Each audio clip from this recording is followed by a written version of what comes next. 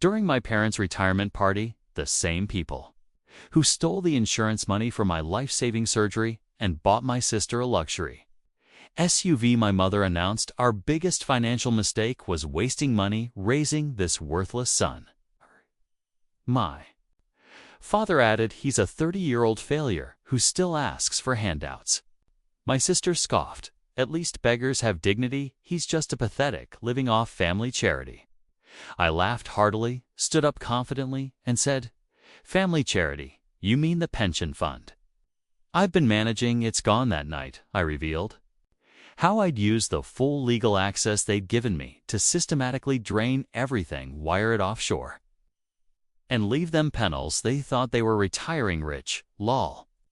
So yeah, I guess I should start by saying I'm not the type to post stuff like this, but I actually can't believe how wild my family went this weekend, and now I'm just sitting here eating a cold leftover burger and wondering if I'm going to get flamed for sharing this, or if anyone's actually going to get why I did what I did anyway. Here goes. This is not a karma grab or whatever, I just need to get it out first. I need to explain the vibe at my parents' house lately because it's weird even for us, my folks. Sherry and Silvio have always been, I don't know, not bad parents. Exactly, but definitely not that my sister Bella is 3 years younger. Always their favorite not even subtle about. She's the type who will tell you she's manifesting abundance on her stories, while asking for gas money in the same breath, and I swear they eat it up. So the thing is, my parents are retiring. They planned this big house party, not even at a restaurant or anything, just the house, which is honestly a little run down for how much they brag, but whatever, and invited half the family, plus some neighbors. I show up, and first thing I notice, Bella's new SUV is front and center in the driveway, like it's the guest of honor. My old room is closed up, no explanation, just locked, which is new, and my dad barely looks up from his phone. When I come in, just grunts and tells me to grab drinks from the garage, not like I was expecting a red carpet. But you know, it's just odd. I got there early because sure said they needed help setting up, but when I go into the kitchen, she's just standing there scrolling on her phone, barely talking to me, and the only thing she says is to check if Bella's vegan cheese is in the fridge. I try to make small talk, ask how she's feeling about the retirement thing, and she just shrugs and says she hopes I didn't make a scene tonight. Whatever that means, I'd just laugh it off.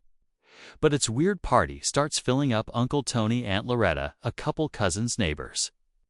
I barely know. Sherry's got some playlist going, and she keeps telling everyone how Bella is about to level up her life now that she's got her new car, and how retirement is all about enjoying what you build. Silvio just keeps topping off his glass and making these little digs every time I walk past, like, maybe you'll learn something about ambition, Heath. It's all just background noise, but I'm jetting that old feeling in my stomach, the one where I know something's coming. I should say the reason things are tense is not just family. When I was 19, I got sick. Not like a cold, but hospital sick. Needed surgery. Insurance payout came in. It was supposed to cover the bills. It disappeared. I'm not stupid. I asked about it, and they said it was used for the family, and I'd understand someday. Then, a few months later, Bella's posting selfies with her new car, and I'm eating ramen because I can't afford groceries after teeth bills. They never apologized. Just acted like it was normal, like I was being dramatic for bringing it up anyway. I tried to let it go, but it's always they're like this thing that never gets talked about, but everyone knows. I moved out as soon as I could, but they kept finding ways to rope me back in, especially with family money stuff. A year ago, they asked me to help manage their pension fund because you're so good with online stuff, Heath. I said, fine, set up the accounts. Did all the paperwork there, both useless with tech. It's actually wild, and honestly, I knew they'd never check it themselves. They just wanted to brag about how they had a family office manager or whatever. So fast forward to this party. Food is out. People are getting tipsy. Bella's already gone live on Instagram, twice showing off the SUV. There's this moment where Sherry starts tapping her glass, and I just know a speech is coming. I'm standing by the patio doors trying to stay out of the way, but she calls everyone in and starts talking about sacrifice and legacy. I can barely listen, but then she just goes for it. She says something like, "Our biggest financial mistake was wasting money raising a son who never amounted to anything." Dead silence. People look at me, then at their feet. Silvio jumps in, says, "I'm a 30-year-old failure who still asks for handout," and I actually hear someone cough in the back. Bella doesn't even wait, just laughs and says, "At least beggars have dignity." He's just pathetic, living off family charity. I swear, it's like they'd rehearsed it. I see Aunt Loretta staring at her wine like she wants to disappear. I don't even feel embarrassed. I'm pissed, like this is the moment my brain just flips a switch. I start laughing, not fake laughing, but real loud laughing. Everyone looks at me like I've lost it, which I probably have. I walk over and grab a drink, take my time, and just say, "Family charity? You mean the pension fund I've been managing?" It's gone. You could honestly hear the neighbor's dog barking 2 yards down. That's how quiet it got. Sherry looks at me like I just slapped her. Silvio puts his glass down so hard it spills. Bella's jaw drops. I just keep going. I say, "You trusted me with your future. Maybe you should have thought about who you were screwing over before you handed over the password." People start whispering. No one knows what to do. Uncle Tony tries to play it off, says he's just joking, right? But I look him dead in the eye and shake my head. Sherry starts yelling, first at me, then at Silvio, then at Bella, and then back at me. She actually tries to grab my arm, but I pull away. Silvio yells for everyone to get out, just yells it, and then Bella pushes past me and slams the bathroom door. I think someone dropped their phone trying to record it, but I honestly don't care. I walk out to the backyard still holding my drink and just stand there for a second. I can hear Sher crying inside, Silvio yelling about lawyers, Bella screaming at someone on her phone. I guess I should feel bad, but I don't. I feel like I finally did something that actually mattered for once, so that's where I'm at. I didn't expect to nuke the party, but if they want to make me the villain, fine. I'll be the villain. Next steps? Honestly, I'm not sure yet, but I can tell you this. Nobody in that house is going to sleep easy tonight, and I'm just getting started. Should I keep updating ID key if people care, but I've got receipts for days. Update 1. If you read my first post, you probably already know I went nuclear at my parents' retirement party and dropped the bomb about the pension fund. Figured I'd sleep like a baby after that, but nah. If anything, I should have known real drama. It's just getting started. So here's what went down after I nuked the vibe and walked out back with my drink. Honestly, I thought they'd all just stew and ignore me like usual, at least until the next family thing. But I way underestimated how fast these people can pivot from "we don't care about you" till "you ruined everything." I crashed on the guest bed, still not sure why they let me. Maybe just habit, and got about 2 hours of sleep before I woke up to this weird, wet-sounding knock on the door. Wasn't even daylight. Thought it was the cat at first, but it was Silvio pounding with the sight of his fist and yelling about how I needed to get up and fix what I'd done. I just ignored him at first, but after like 5 minutes, Sherry started in too, so I got up. Honestly, I half expected Bella to have left by then, but nope, she was in the kitchen, scrolling on her phone, acting like nothing happened, but her eyes were red, and she kept sniffing in this way that made it sound like she was about to start a fight and a TikTok. At the same time, I walk in, and Silvio's already got his arms crossed, standing by his fridge, and Sherry is holding one of those old photo albums, probably hoping I'd get sentimental or something. She starts off with this whole speech about how I owed this family everything, and how they only ever did their best, and that I'm being ungrateful and selfish. I just sit down at the table and let her go. She opens the album and starts flipping through pages, pointing at pictures of me as a kid, saying stuff like, "You used to love your family, Heath. What happened?" And I just kind of stare at her. She pushes the album toward me, and I push it right back. Silvio tries to play The tough guy raising his voice and threatening to throw me out. If I don't make this right, I ask him what he thinks right even means, and he just repeats himself louder, like volume is going to make the money come back. He goes on about how I stole their future and how he's going to make some calls and fix. This I said he can call whoever he wants, but the accounts are locked down. And they don't have access to anything without me. Bella looks up from her phone and says, "Maybe I'll finally be homeless like it threatened when I was 19. And I just ignore her. Sherry gets louder, asking if I'm really going to let them lose everything after all they did for me. I tell her straight up that all they did for me was steal from me when I was at my lowest, and she gets this look like she's going to hit me instead. She slams the album shut and pushes it off the table. Cilio slams the fridge door and storms out into the garage, which is basically his man cave. So I know he's not coming back soon. Bella finally makes eye contact and asks if I even care that I'm ruining lives. I tell her it's not my job to fix what they broke. She scoffs, calls me a parasite, and says, "I'll regret this." She grabs her keys and leaves, slamming the door. I hear her SUV peel out of the driveway, so now it's just me and Sherry. She sits there, not crying, just staring at me like she's waiting for me to crack. I don't. I pull out my phone and open up the banking app.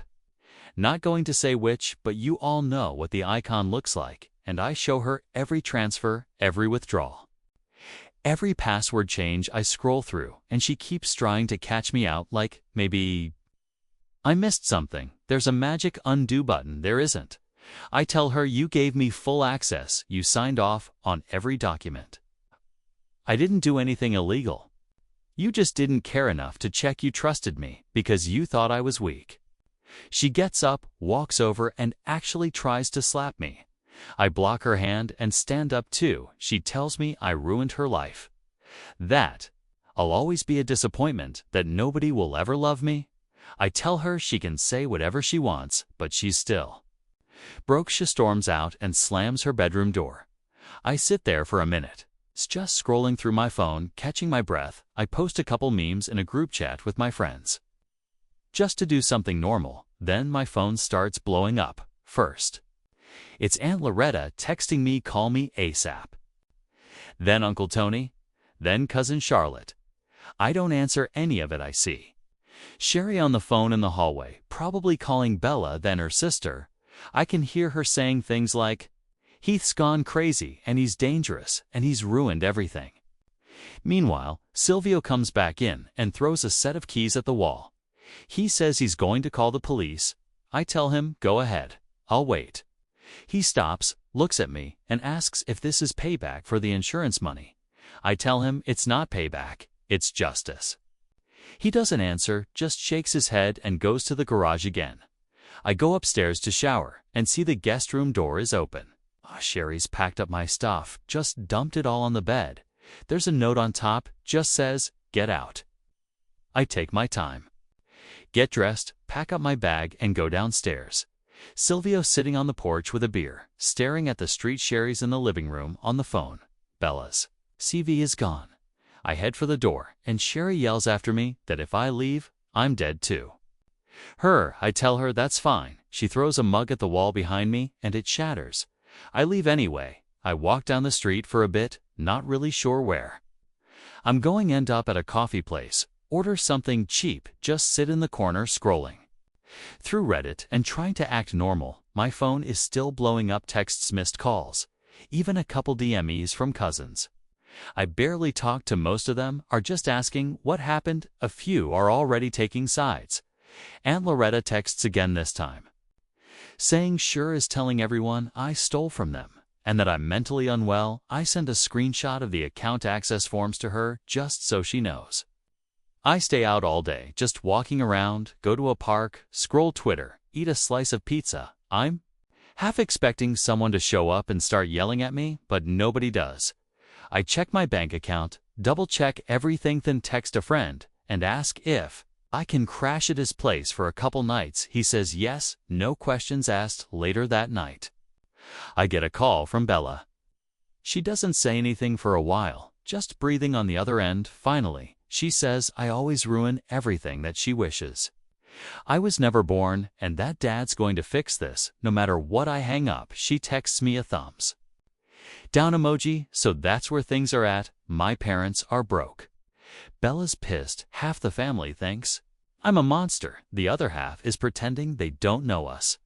I'm not sorry. Not even a little. I guess I always knew they'd turn on me if it meant saving themselves, but it still kind of stings to see how fast it happened. Next step, I guess, is seeing what happens when the rest of the family gets involved. Silvio is already texting the group chat, trying to spin it. But I've got receipts for everything. If they want a war, I'll give them one. Should I post screenshots or nah? I know Reddit loves receipts update too, so yeah. I guess the circus officially started the second my phone wouldn't stop buzzing the morning after I'd left my parents' house. I'd barely slept at my friend's place. Just kept scrolling through group chats and watching the notifications roll in. Kind of wild how fast people crawl out of the woodwork when there's family drama, especially when someone as loud as Sherry is involved. First weird thing, my cousin Charlotte, who I haven't seen since she moved out west, sent me this one-line text. Just said, "Did you seriously do it?" No context, no hello. I just replied, "Yeah." She hit me back with "damn." And then nothing. I figured that was the start of it, but it's not ready for how fast my parents would try to spin the story. By noon, Aunt Loretta was blowing up my phone with a wall of messages, all in that passive-aggressive way where every sentence is like, "I'm so disappointed your mother is devastated, we just want to understand." But then she pivots and asks if there's any way to work things out quietly for the sake of the family name. Like, I'm just supposed to undo everything because it's inconvenient. I ignore her at first, but the texts keep coming. Uncle Tony sends me a string of questions. Bella posts some half-see cryptic thing on her private story about betrayal and snakes. So, I know she's already trying to get sympathy points. I check my feed and see my mom's got her Facebook set to feeling heartbroken, which is hilarious considering she's the one who threw the first punch, figuratively and almost literally. There's a bunch of old neighbors commenting stuff like sending prayers and family is everything, and I just scroll past it. I don't even have half these people in my contact, so I decide to actually answer Charlotte, since she at least asked a real question. I tell her everything straight up, no sugarcoating about the insurance money, the SUV, the pension fund, all of it. She just replies with, "Holy_, they actually did that. And then, do you have proof?" So I send her a few screenshots, not full docs or anything, just enough to show I'm not making it up. Next thing, I know I'm getting calls from numbers I don't know, probably more relatives I don't answer. I'm not about to plead my case to a bunch of people who only text on holidays, but now Sherry's calling me nonstop, and when I finally pick up, she's crying and yelling, switching between telling me I'm a monster and begging me to fix this before it gets worse. She says Silvio is not himself, and Bella can't stop crying. She tries to guilt-trip me with how hard they worked and how they just wanted the best for both kids. I tell her she can sell the SUV if she needs cash. She hangs up later. I get added to this big family group chat, like 20 people, cousins, uncles, some I haven't even met. First messages from Silvio, all caps, saying, "Heath has lost his mind and is trying to destroy our family. Do not listen to him." Bella chimes in, calls me a thief, says I manipulated everyone. I don't even bother at first, just scroll and watch as people start picking sides. Half the chat goes dead silent. A few start asking what actually happened. One or two shout out to Charlotte, keep asking for proof. So I drop a couple screenshots in the chat account access forms, some old texts, where she literally admits to using my insurance money for the family. Nothing fake, nothing edited.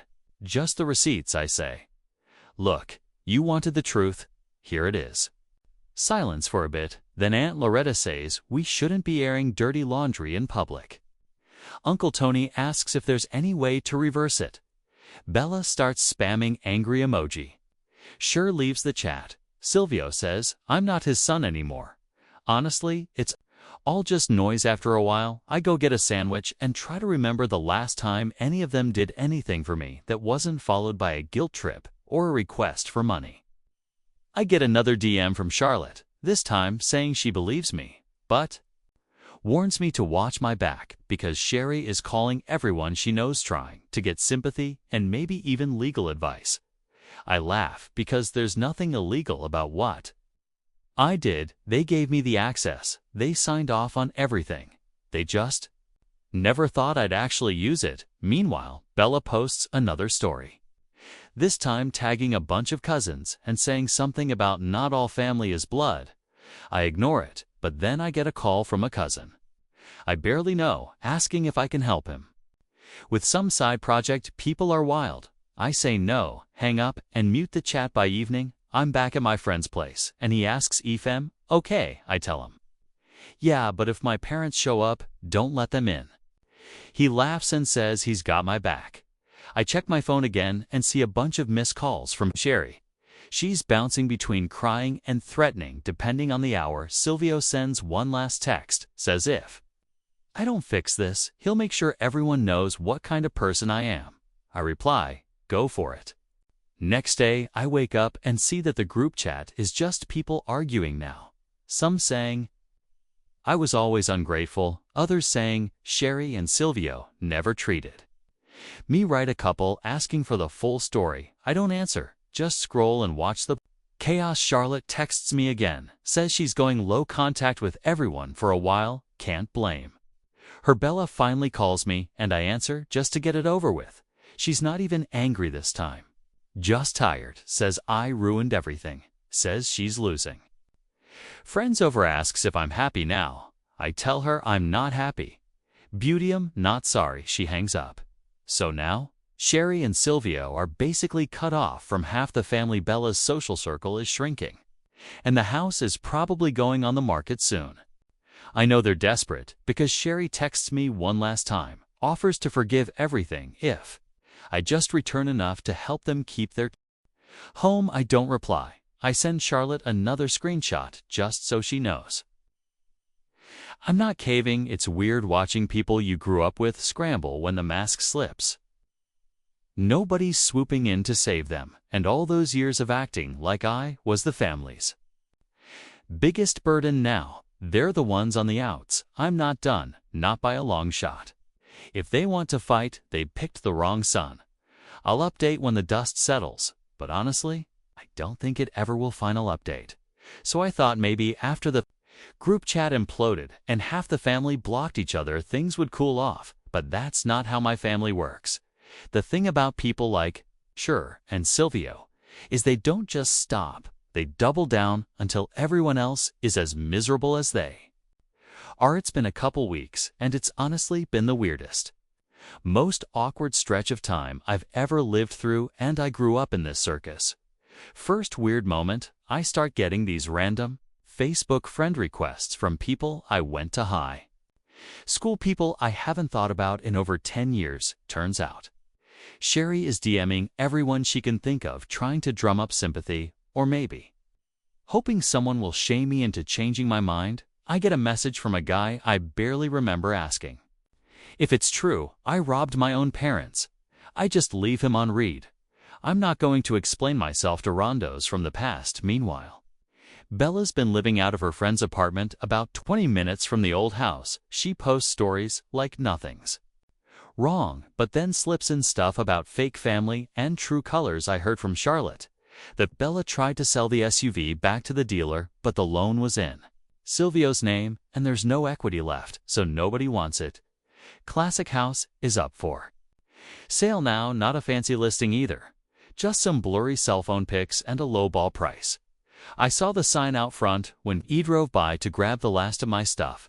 Sherry wouldn't let me in the house at first, just stood in the doorway with her arms folded, staring at the ground. Finally, she let me in after I said I'd wait on the porch all day. She just wanted me gone. I guess inside the place looked wrecked. Boxes everywhere, angry post-its slapped on cabinets, a broken mug still on the living room Floor from the last fight, half the pictures off the walls, Sylvia was in the backyard smoking. Wouldn't even look at me, just flicked his cigarette at the fence. I grabbed my things from the guest room. Most of it already shoved in bags, like Mom wanted.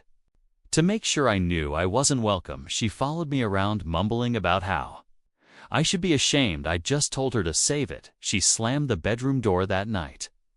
I get a text from Silvio, all caps, asking for a loan like I'm a bank now, says it's just to get them back on their feet. I leave him on red. I get another call from Sherry. This time she's not crying, just cold, she says. I'll regret what I did, says I'll end up with nothing, and nobody says I'll be alone forever. I tell her I've been alone since I was 19 when they took that insurance money and called it family support. She hangs up. Couple of days go by, I'm getting daily texts from random relatives. Some trying to play peacemaker, some just flat out saying I should be the bigger person. I send them screenshots and leave it at that. Charlotte's the only one who actually gets it. She's done with all of them too, says she's going low contact for a while. I believe her the best part. Sherry and Sylvia are basically paras now. No more dinner invites, no more Facebook comments from the old neighbors, nobody lining up to help them move. Every time I check my socials, I see fewer and fewer mutual friends. Even Bella's high school crew has mostly ghosted her. Guess nobody wants to be around someone posting non-stop about betrayal and haters. Sherry tries one last time. She calls me, says she'll forgive everything if I just return something, says I can keep half if I just help them keep the house. I tell her to sell the SUV. She starts yelling, says I'm heartless, says she wishes she'd never had me. I tell Hariam, glad to finally hear the truth. She hangs up. Silvio sends me a string of swear words, and then nothing. It's not like I'm living large on a beach or something. I'm just crashing at my buddies and working out what's next. But I'm not sorry, not for a second. I know they're desperate. I know they're angry. I know they'll never admit what they did, not even to themselves, but I'm not their scapegoat anymore. I heard from Charlotte that Sherry's been telling everyone I'm mentally unstable, that I need help. I just send her a thumbs up emote, let them talk. I've got receipts. I've got my own life.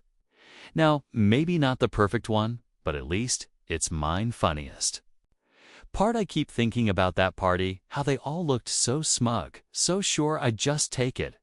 How Bella couldn't even hide how happy she was about her new car. How Sherry and Silvio made their little speeches, thinking they were finally rid of their burden. Now look at them. No house, no money, no friends left who will pick up the phone. I'm not waiting for anyone to fix this, and I'm not looking for anyone's blessing. I did what needed to be done. I made sure nobody in that family will ever forget what it feels like to be powerless and ignored, and I'm not done living, not by a long shot. If they want to rebuild, they can do it on their own time, without me. So yeah, that's the fallout, not a fairy tale, not a neat little bow, just real life and real consequences. I guess that's what happens when you spend your whole life treating someone like a problem. You end up with a problem you can't solve anyway. Thanks for reading. I'm logging off for a while. If you take anything from this, let it Bethis, sometimes the only way to win is to stop playing their game piece.